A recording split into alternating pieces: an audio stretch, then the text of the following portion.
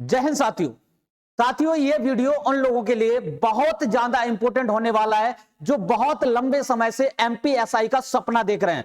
उनके सपने में सितारे चमकते हुए दिखाई दे रहे हैं, तो उनके लिए यह वीडियो बहुत ज्यादा इंपॉर्टेंट होने वाला है। और साथ साथ में जो भाई अभी एमपी पुलिस के एग्जाम को देकर आए हैं और उनका स्कोर कम हो रहा है, तो उनके लिए भी खुशखबरी है। आपको हताश नहीं होना है और आपके सामने बहुत जल्द 3 वैकेंसियां आने वाली हैं, जिसमें number 1 MP forest guard, number 2 MP patwari, number 3 MP SI. और जो एमपी एसआई का सपना देख रहे हैं या जिन्होंने अभी देखकर सपना बना लिया है, तो इस चीज को ध्यान रखें कि आपको अभी से अपना सफर स्टार्ट कर देना है। और उस सफर का एक हिस्सा बनकर हम आपको बताने आए हैं कि आपको एमपीएसआई के लिए क्या क्या चीजें करनी होंगी, किन किन चीजों से गुजरना होगा। आज हम इसी सारी चीजों पे डिस्कशन करने वाले हैं मेरे साथी, ठीक है। तो हम आपको बताना चाह रहे हैं कि एमपीएसआई की वैकेंसी बहुत जल्द आपके सामने आने वाली है और इसका नोटिफिकेशन आपको बहुत जल्द देखने को मिलेगा। साथ साथ में 2022 में बेटा आपको इसके एग्जाम देखने को मिल जाएंगे। आप अभी से तैयारी में लग जाइए। हम आपको बता दें कि एमपीएसआई के बेटा 800 प्लस पद आपको देखने को मिल सकते हैं और ये नोटिफिकेशन बहुत जल्द आ जाएगा। साथ साथ में हम आपको पूरा जानकारी बताने वाले हैं कि इसका सिलेबस क्या होगा, कितनी आयु होगी, शैक्षिक योग्यता क्या होनी चाहिए, हाइट क्या होनी चाहिए, चेस्ट क्या होना चाहिए, सारी चीजों पे हम डिटेल में चर्चा करने वाले हैं। तो बने रहें अंत तक। अगर आपका ये सपना है कि हमें एसआई बनना है, हमारे कंधे पर सितारे हमें चमकाना है, तो फिर अंत तक देखिए और इसके बाद इरादा बनाइए और मजबूती के साथ अपनी तैयारी में लग जाइए। चलिए हम बात करते हैं आपके लिए। तो सबसे पहले हम बात करें एमपीएसआई के 2022 के लिए जो नोटिफिकेशन आएगा, उसका हम एग्जिट डाटा आपको 2017 के नोटिफिकेशन के आधार पर दे रहे हैं। थोड़ा बहुत परिवर्तन हो सकता है, लेकिन आपको एक एवरेज मिल जाएगा कि हाँ ये चीजें हमें चाहिए और हमें इस हिसाब से रणनीति बना के तैयारी करनी चाहिए, ठीक है। तो हम सबसे पहले बात करें बेटा 2017 में जो एज थी, एज की बात करें, ये हम आपको बता रहे यूआर कैटेगरी के लिए, यानी कि देखा जाए अनरिजर्व के लिए तो 18 से 28 वर्ष थी। क्या थी? 18 से 28 वर्ष थी। साथ साथ में बात करें तो 5 वर्ष का आपको छूट दी गई थी, 5 वर्ष की छूट मिली थी, क्योंकि एक लंबे समय के बाद वैकेंसी नहीं आई थी। तो ये एमपी वालों के लिए 18 से 33 भी हो गई थी। क्या यानी कहने का मतलब 18 से 33 वर्ष हो चुकी थी। ये क्लियर है ना? 5 वर्ष की क्या थी? 5 वर्ष की बेटा छूट दी गई थी, ठीक है। चलिए 5 वर्ष की छूट मिल गई थी। अब हम साथ साथ बात करें तो ओबीसी और एससी और एसटी कैंडिडेट के लिए बेटा तो आपको पता है कि 33 तो इन्हीं को मिल गया था, इसके बाद 5 वर्ष की छूट और एक्स्ट्रा उन्हें दी गई थी। तो कहने का मतलब यह है कि वो क्या हो जाते? 38 वर्ष। ओबीसी के लिए, ओबीसी एससी और एसटी के लिए बेटा जो था वो था 38 वर्ष। क्या थी? 38 वर्ष थी। हाँ, अब इस वर्ष भी अगर वैकेंसी आती है तो एक लंबे समय के बाद से वैकेंसी आ रही है, तो ये छूट हो सकता है कि यहां पे भी मिल जाए। क्लियर ना? ये छूट हो सकता है कि यहां पे भी आपको मिल जाए। अब हम बात करते हैं बेटा क्वालिफिकेशन की। तो क्वालिफिकेशन क्या होनी चाहिए? तो आपको क्वालिफिकेशन में स्नातक पास होना चाहिए। क्या होना चाहिए? स्नातक पास होना चाहिए, यानी कि ग्रेजुएट कैंडिडेट इसको अप्लाई कर सकेंगे, ठीक है। चलिए इसके साथ साथ अब हम आपको बता दें, इसके साथ साथ बेटा आपको फिजिकल के लिए क्या क्या रिक्वायरमेंट पड़ती हैं या क्या क्या चीजें जरूरी हैं वो भी आप समझ लीजिए। तो सबसे पहले बात करते हैं हम हाइट पे। क्या हाइट की बात करें तो मेल कैंडिडेट की हाइट 167.5 सेंटीमीटर, मतलब यह है कि 168 सेंटीमीटर। क्लियर है ना? चलिए वहीं फीमेल कैंडिडेट की बात करें तो 152.4 सेंटीमीटर, कहने का मतलब है कि आपका लगभग 153 सेंटीमीटर के समथिंग, ठीक है। वही बात करें हम चेस्ट की तो चेस्ट 81 से 86 सेंटीमीटर का होना चाहिए। अगर आपका चेस्ट 81 से 86 सेंटीमीटर का है तो आप क्वालिफाइड हो जाएंगे। इसमें भी देखा जाए 81 आपका नॉर्मल होना चाहिए और 5 होना चाहिए फुलाव के साथ। क्या? फुलाव के साथ 5 सेंटीमीटर आपका होना चाहिए, ठीक है।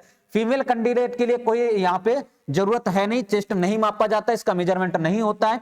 वहीं बात करें हम रनिंग की बेटा, रनिंग कोई ज्यादा खास नहीं होने वाली है। रनिंग वही होने वाली है जो यूपी पुलिस कांस्टेबल में होती है, सॉरी एमपी पुलिस कांस्टेबल में होती है। क्लियर ना। बात करें यहां से 2 मिनट 40 सेकंड में बेटा मेल कैंडिडेट के लिए 800 मीटर, 800 मीटर की रनिंग, वही 800 मीटर की रनिंग है फीमेल कैंडिडेट के लिए 3 मिनट 30 सेकंड में बेटा, 3 मिनट 30 सेकंड में फीमेल कैंडिडेट के लिए। ठीक है, वहीं हम बात करें लॉन्ग जंप की, लॉन्ग जंप की बात करें तो आगे बढ़ते हैं लॉन्ग जंप की ओर। तो लॉन्ग जंप की बात करें तो 13 फीट की लॉन्ग जंप है, और ध्यान रखना यहां पे, यहां रनिंग में बेटा एक ही चांस आपको मिलेगा, जबकि लॉन्ग जंप और गोला फेंक में आपको 3 चांस दिए जाएंगे। ठीक है, चलिए हम बात करते हैं लॉन्ग जंप की। तो 13 फीट की है मेल कैंडिडेट के लिए और 10 फीट है फीमेल कैंडिडेट के लिए। ठीक है, ये लॉन्ग जंप होने वाली है। वहीं हम बात करें गोला फेंक की तो 19 फीट फेंकना पड़ता है, मेल कैंडिडेट को 3 चांस मिलेंगे, इसके साथ साथ फीमेल कैंडिडेट को 15 फीट फेंकना पड़ेगा। और इनका वेट भी क्या होगा तो वो भी आपके सामने रखा हुआ है। मेल कैंडिडेट के गोले का जो वजन होगा वो 7.260 किलोग्राम होगा। वहीं अगर हम बात करें फीमेल कैंडिडेट का तो 4 किलोग्राम होगा। क्लियर ना, 4 किलोग्राम का गोला होगा। ठीक है, चलिए ये तो हो गया आपका फिजिकल एलिजिबिलिटी, है ना। अब हम बात करते थोड़ा और आगे, धीरे धीरे, घबराए नहीं, आपको सिलेबस ही बताएंगे, कितने नंबर का पेपर आता है, सब चीज बताएंगे, बस आप बने रहिए, अंत तक देखते रहिए। और अगर आपने ये सारी चीजें देख ली हैं, देखकर इरादा नहीं बनाया तो फिर समझ लो कुछ नहीं किया हमने। इरादा बनाना कोई बड़ी बात नहीं है। एमपीएसआई अगर आप इरादा बना लेंगे तो एमपीएसआई क्या, आप आईएएस पीसीएस भी निकाल सकते हो, बस आपके इरादे मजबूत होना चाहिए। ठीक है, और सही रणनीति होनी चाहिए। ठीक है, चलिए हम बात करते हैं इसके बाद रिटन एग्जाम।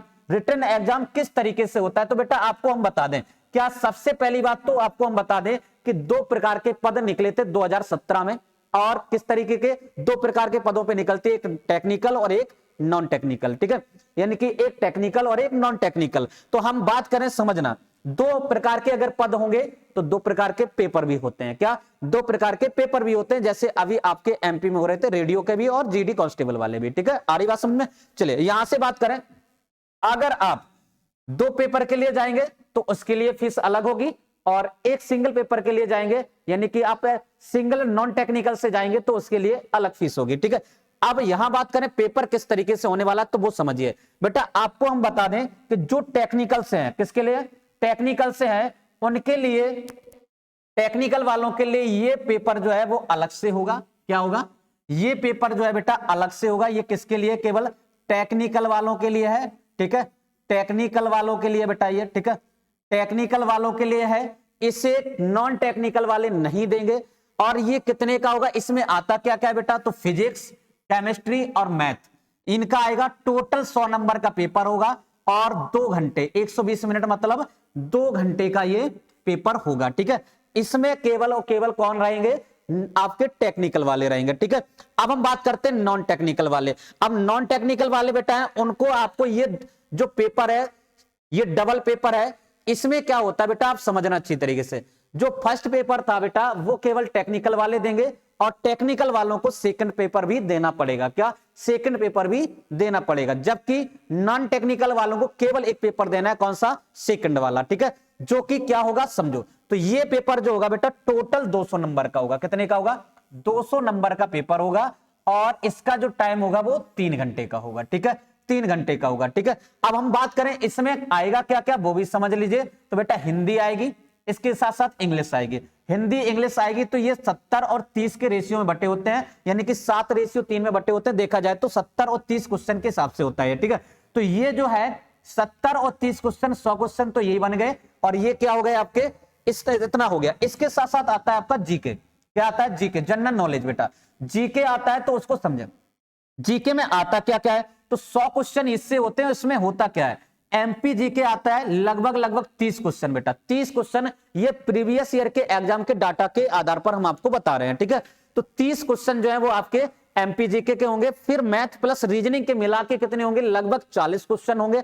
ठीक है, इसके बाद बात करें तो जीके प्लस जीएस, जीएस का मतलब साइंस भी आ जाएगी बेटा, इसमें आपके 30 क्वेश्चन इसको देखने को मिलेंगे। तो 40 30 70 और 30 हो गए आपके 100, और 100 का आपका हिंदी और इंग्लिश से होगा, जिसमें 70 और 30 के हिसाब से ये क्वेश्चन होंगे। टोटल कितने हो गए, 200 क्वेश्चन हो गए। 200 क्वेश्चन के 3 घंटे का आपको समय मिलेगा, 200 नंबर का पेपर होगा। ठीक है, चलिए ये तो आपका हो गया। और ये पेपर बेटा जो है, ये पेपर दोनों के लिए, किसके लिए, दोनों के लिए जरूरी है दोनों के लिए, टेक्निकल और नॉन टेक्निकल, टेक्निकल और प्लस नॉन टेक्निकल दोनों को देना पड़ेगा, ठीक है, नॉन टेक्निकल दोनों को देना होगा, ठीक है बच्चे।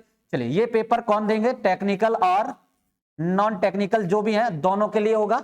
टेक्निकल वालों के लिए 2 पेपर होगा, एक फर्स्ट पेपर और एक सेकंड पेपर, ठीक है, जबकि नॉन टेक्निकल वालों को केवल सेकंड पेपर देना है। क्लियर है ना, इतनी बात समझ में आ गई। अब हम बात करते हैं इसमें एक चीज और ध्यान रखें। हाँ, कुछ बच्चे कह रहे होंगे सर नेगेटिव मार्किंग होगी क्या, तो बेटा नेगेटिव मार्किंग नहीं होगी, कोई भी आपकी नेगेटिव मार्किंग नहीं है, ठीक है।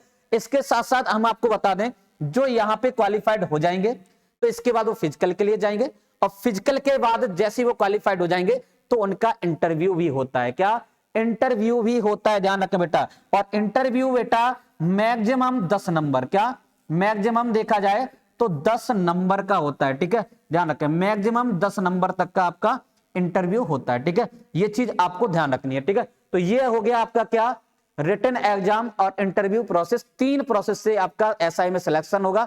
तो जो मुख्य 3 प्रोसेस होने वाली है वो पहला आपका रिटन एग्जाम, फिर इसके बाद फिजिकल, फिर इसके बाद इंटरव्यू। क्लियर ना। चलिए अब हम बात करते हैं और आगे क्या समस्या है वो भी समझ लेते हैं। चलिए ये चीज क्लियर हो चुकी है, बिल्कुल। तो आप उम्मीद कर रहे हैं ये चीजें आपको समझ में आ रही होंगी, और इन सारी जानकारियों को देखकर अगर आपने अंत तक देखा है तो अब आप भी इरादा बनाइए, कोई बड़ी बात नहीं है, सारी चीजें आप आसानी से कर सकते हो। आपके इरादे मजबूत होने चाहिए, और आप अगर मजबूत इरादों के साथ आगे बढ़ते हैं तो मंजिल जरूर मिलेगी। ये जानकारी हमने आपके सामने दी है, और आप इरादा बनाइए और तैयारी में जुट जाइए। मिलेंगे एक नई वीडियो में नई जानकारी के साथ, तब तक हंसते रहिए, खेलते रहिए, पढ़ते रहिए, और मिलते हैं बाद में। जय हिंद, जय भारत।